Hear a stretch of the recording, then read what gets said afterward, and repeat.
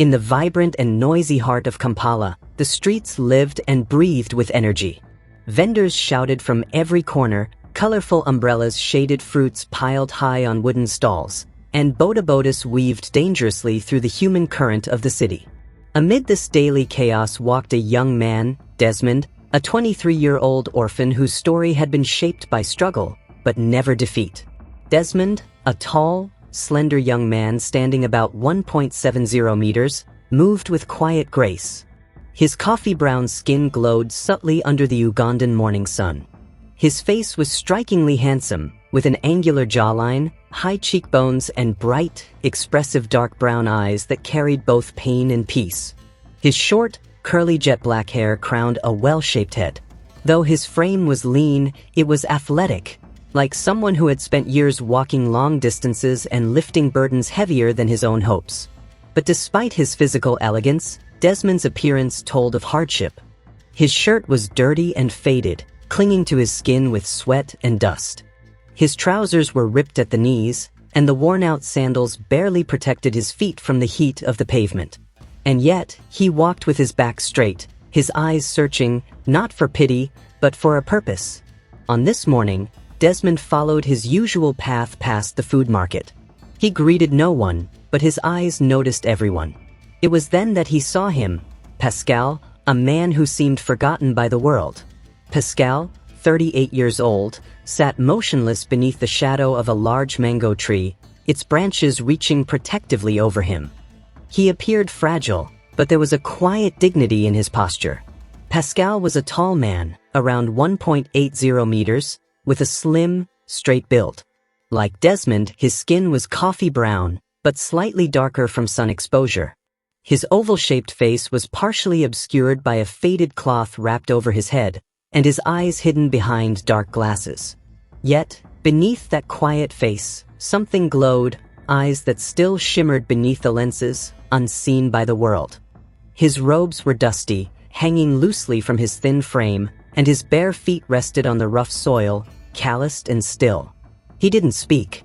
He simply sat, holding out a hand, not aggressively, but with soft expectancy, like someone who had learned to wait, to watch, and to weigh the hearts of men.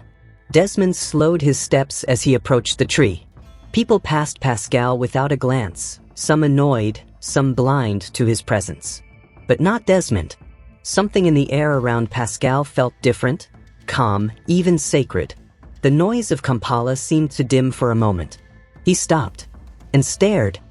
He noticed the slight tilt of Pascal's head, the way his fingers curled open with a gentle plea. Though the man said nothing, Desmond felt as if he were being watched, not with eyes, but with spirit. In that single moment, something stirred. He didn't speak either. Not yet. He just stood in the morning light, eyes locked on a stranger whose blindness hid something deeper. And in that silence, between an orphan boy and a blind beggar, something quietly extraordinary began. The morning sun rose higher over Kampala, pouring warm golden light onto the crowded streets. The chatter of sellers, the rhythmic pounding of pestles and mortars, the honking of bodabodas, and the rich smell of roasted maize all filled the air. Yet amidst this everyday motion, one quiet exchange was about to mark the beginning of something rare. Desmond still wore the same dirty, faded shirt, ripped trousers, and worn-out sandals. His tall, slender, athletic body moved through the crowd unnoticed by most, but not uncaring. His stomach growled softly. In his palm was a rough piece of dry, crusted bread, the only thing he had managed to keep from the night before. It was barely enough to silence his hunger, let alone satisfy it. Yet he held on to it as something precious. Survival had taught him to treasure every crumb. As he neared the familiar mango tree, the same figure from earlier that morning still sat there in silence. Pascal seated calmly on the dusty ground beneath the tree's shadow. Pascal's tall, slim frame, 1m80, was wrapped in a dusty, oversized robe, and his bare feet rested still. His coffee-brown skin seemed darker in the shade. His oval face, with a calm expression, remained mostly hidden beneath a faded cloth wrapped around his head, and dark glasses concealed the glow in his eyes. But beneath that quiet stillness was a man who was watching, weighing, and waiting, not with sight, but with spirit. Desmond paused once more. The world passed them by, noisy and indifferent. But his feet stopped moving. He glanced at his bread. Then at Pascal. And without hesitation, he walked forward. He approached slowly and lowered himself gently beside the man. "Good morning," he said, his voice low but kind. Pascal, hidden behind his glasses, tilted his head just slightly, acknowledging the voice but saying nothing. Desmond looked at the bread again, then tore it in half. One part he kept. The other he placed carefully into Pascal's outstretched hand. There was a long pause. Then, Pascal turned his head slightly and spoke, his voice calm but with an edge of curiosity. "Why did you share with me?" Desmond looked down for a moment, then up again, his bright eyes meeting the glasses that shielded Pascal's glowing ones. "Because you looked hungry," he replied, "and I know how that feels." That answer, so simple, so sincere, hung in the air. Pascal did not speak again. But behind his glasses, something stirred. His lips curled into the softest of smiles, not from joy, but from realization. He said nothing more, but his silence was full. And though he appeared blind, Pascal's unseen, glowing eyes observed every word that Desmond had spoken. In that quiet space beneath the mango tree, a gift had been exchanged, one of kindness without expectation. Neither man knew the other's full story, but in that moment, hearts had spoken louder than circumstance. Evening descended over Kampala with a deceptive calmness. The once chaotic street had begun to thin as the golden sun dipped behind the buildings, and a soft wind curled between the stalls. But something hung in the air, thick, electric, like a breath waiting to be exhaled. A storm was coming. Vendors rushed to cover their goods. Children ran barefoot across the puddling dirt, giggling. The smell of fried plantains mixed with the earth's first scent of rain. But through the crowd, one young man stood steady, watching. Desmond looked up at the sky. His bright, expressive dark brown eyes, framed by short, curly jet-black hair, blinked as the first drops began to fall. He had just left the mango tree after speaking with Pascal, a man who had stirred something in his soul. Desmond had given away half his bread to the blind beggar earlier, and though he had nothing else, he had offered peace. Suddenly, the skies broke open. Rain crashed down in waves, cold and merciless. The bustling market became a stampede of umbrellas, carts, and fleeing feet. Desmond, now drenched, pushed through the crowd, searching. And then he saw him. Pascal sat exactly where he had been all day, beneath the now dripping mango tree, motionless. Pascal wore a dusty robe clinging to his wet frame. His faded cloth hung heavily over his head, and his dark glasses shielded the soft glow of his unseen eyes. Water poured from the branches above, soaking him through. But he did not move. Without thinking, Desmond ran to him. He had no umbrella. No protection. But what he had was instinct, one that refused to leave another soul in suffering. Desmond grabbed Pascal's arm, lifting him gently. He guided him across the muddy street to a small tin shelter at the corner, an abandoned kiosk with an old corrugated zinc roof. The roof clattered as the rain pounded it, but it was dry inside. Barely. Desmond, now soaked to the bone, teeth chattering, removed his shirt, the same dirty, faded one he had worn for days, and wrapped it gently around Pascal's shoulders. He stood beside him, shirtless now, his lean, athletic upper body visible, his skin shining with rain, shivering from the cold, but still smiling. There were no grand gestures, no expectations. Just quiet dignity. Pascal, his body now wrapped in the wet warmth of the shirt, turned his head slightly toward Desmond. Behind those dark glasses, his glowing eyes, hidden from the world, observed the boy again. "Why help again?" he asked softly, almost like a whisper escaping a forgotten heart. Desmond looked down, then to the rain outside. "Because," he said slowly, "I hope someone would do the same for me one day." Silence.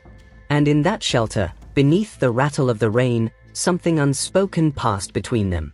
A bridge had been built, not from bricks or money, but from empathy, sacrifice, and heart. Outside, the storm raged on. But inside, the smallest shelter in Kampala held the beginnings of something greater than either man could yet imagine. The city of Kampala stirred slowly to life as the sun crept up behind the distant hills, casting a warm, golden hue across the streets still slick with rain. The market area, once chaotic, now shimmered with morning dew, the smell of soaked earth rising with the mist. Desmond walked down the street barefoot. His body still ached from the cold rain of the previous night, but his soul felt warm. Hopeful. He had risen early with one goal in mind, to check on the man who had stirred something unexplainable within him. Desmond now looked slightly dry from the chill. His handsome, angular face with its high cheekbones, short curly jet black hair, and bright, expressive dark brown eyes, carried a look of quiet anticipation. He was no longer wearing his wet, dirty shirt. Instead, he now had on an old, light beige shirt, still worn and loose-fitting, paired with his ripped trousers and the same worn-out sandals. In his hands, he carried something precious, a bundle of leftover food scraps he had gathered, half a boiled cassava, a bruised banana, and a piece of fried bread he had begged from a roadside vendor. It wasn't much, but to Desmond, it was a feast. And he intended to share it. As he approached the old mango tree, the one where he had first seen the blind beggar, something felt different. The space beneath the tree was empty. Completely. Desmond's eyes scanned the area. The spot where Pascal had always sat, right between the roots where the soil was slightly curved like a natural chair, was now bare. No dusty robe. No faded headcloth. No sign of a man who had weathered both storm and hunger in silence. He stopped walking. The early sun lit the leaves above him, casting dancing shadows across the ground. Birds chirped softly. A child ran past laughing.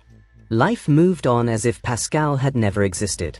Confused, Desmond turned to the nearby fruit vendors, the guards, the women sweeping in front of their shops. "Did anyone see the blind man who sat here yesterday?" he asked gently. They shrugged. Shook their heads. One old man paused, then shook his head again and said, "No one like that sat here. Not recently." Another said, "Maybe he moved on." Moved on? Desmond stood under the mango tree, his heart a storm of thoughts. Pascal, a man who had spoken few words but revealed so much, was simply gone. No goodbye. No farewell. It was as if he had melted into the morning mist, like a dream dissolving upon waking. He looked down at the bundle of food in his hands. A gesture of return. A symbol of care. And now it had nowhere to go. Strangely, Desmond didn't feel anger. Or even disappointment. He felt sadness. The kind that wraps around your chest and holds you still. But deep inside, a part of him smiled. Because wherever Pascal had gone, if he was indeed real, Desmond hoped he was somewhere safe. Somewhere warm. Somewhere where people didn't walk past him like a stone on the road. He looked up into the mango tree one last time, as a breeze passed through the leaves. And whispered, "Be well." Then he turned and walked away, food still in hand, but his heart fuller than it had been before. It had been a long week since the morning Desmond returned to find Pascal gone. And though time passed, the memory of the blind beggar lingered in his thoughts like a half-finished song. There was a feeling he couldn't shake, something in Pascal's words, his calm, the way he listened, as though he saw more with closed eyes than others did with sight. Desmond now sat by the same roadside where he used to sleep, not far from the mango tree. His clothes hadn't changed much, the same light beige old shirt, now more creased, with his ripped trousers and worn-out sandals. His coffee-brown skin showed dust from the street. His tall, 1m70, slender frame looked a little thinner. Yet his bright dark brown eyes still held their shimmer. His handsome, angular face framed by short curly jet black hair and high cheekbones gave him a noble presence even in poverty. Then, everything changed in a blink. A sleek black Mercedes-Benz rolled silently to a stop just a few meters in front of him.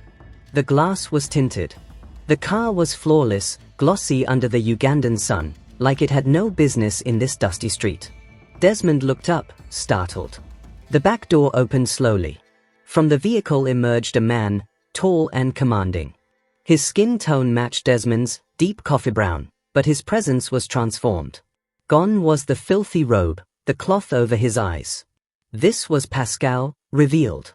Pascal, previously disguised as a blind beggar, now stood with full dignity. He had a medium-large, broad-shouldered body, dressed immaculately in a tailored navy blue suit, crisp and expensive-looking. His round-shaped head was now clean-shaven, revealing the sharp definition of his skull. His once covered face now shone, a rich, smooth brown face, symmetrical and firm, with a trimmed goatee and high cheekbones. But what stood out most were his glowing, intelligent eyes, now visible and piercing, full of warmth but also command. His thick black eyebrows framed those eyes perfectly. On his feet were glossy black designer shoes that sparkled in the sunlight. His every movement was calm, assured, the posture of a man who owned rooms before speaking in them. Desmond froze. His mouth parted slightly. His eyes locked onto the man before him, but his mind couldn't comprehend what he was seeing. This couldn't be Pascal. Not the man he had guided, sheltered, and wrapped a shirt around during the rain. Not the one who had once sat helplessly under a mango tree. But it was. Pascal walked toward him, a smile playing gently at the corners of his mouth. He removed his sunglasses and slid them into his pocket, revealing the full truth of his gaze. Then, calmly and with perfect clarity, he spoke. "I was never blind." Desmond's heart skipped. "I was testing hearts." He paused. "And you passed." A key was revealed in his right hand, gold, attached to a black leather holder with a silver crest engraved on it. Pascal extended it forward. "This is your home now. Come with me." Desmond stood speechless, still gripping the air as though it might give him balance.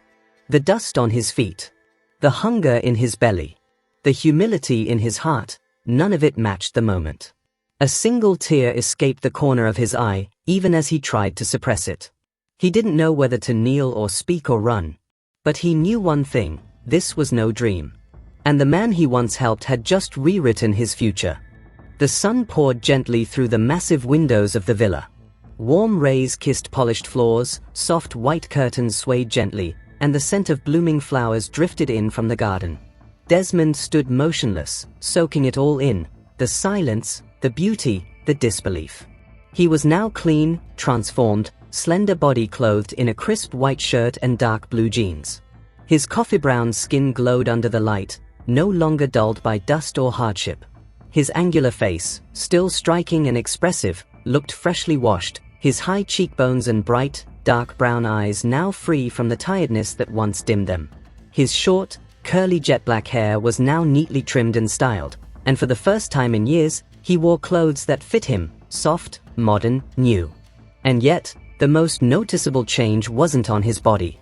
It was in his eyes, that gentle shimmer of someone who had survived, someone who had been seen and honored. The villa was like a world apart. White stone walls, wide glass panels, tasteful African art hung along the hallway, and beyond them, green lawns, manicured hedges, and even a small water fountain that danced under the sun. Beside him stood Pascal, the man he had once thought to be a blind beggar. Now, Pascal wore a simple white linen shirt, untucked over light brown tailored trousers.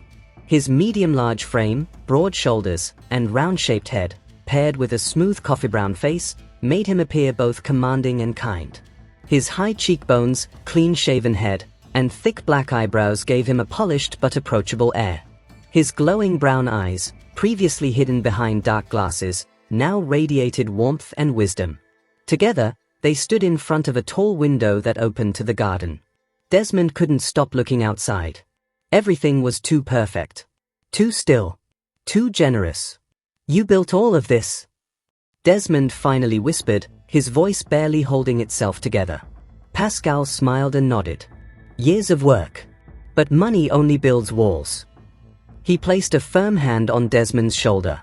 "Kindness opens doors no money ever will." The words hit Desmond deeper than he expected.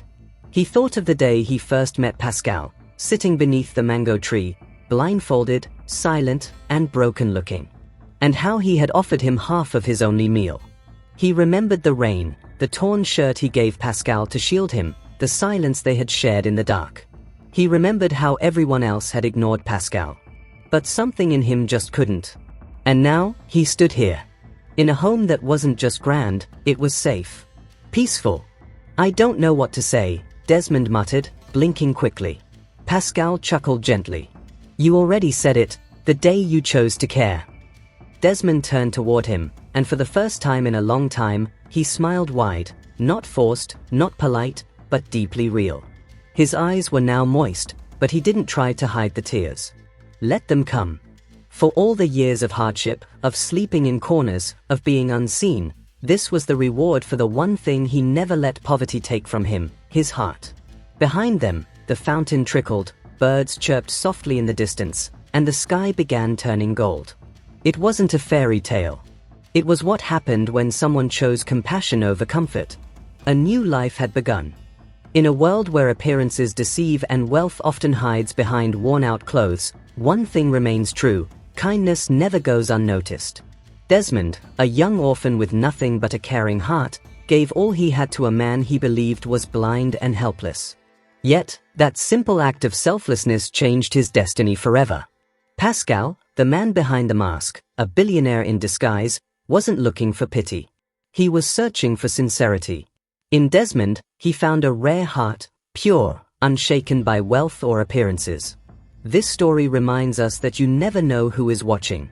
Every act of kindness plants seeds in places you cannot see, and sometimes, life repays you in the most unexpected ways. So, what about you? Would you help someone in need, even if the world turned its back? Don't wait to be rich to be generous. Don't wait to be powerful to be kind. The heart you touch today could one day change your entire life.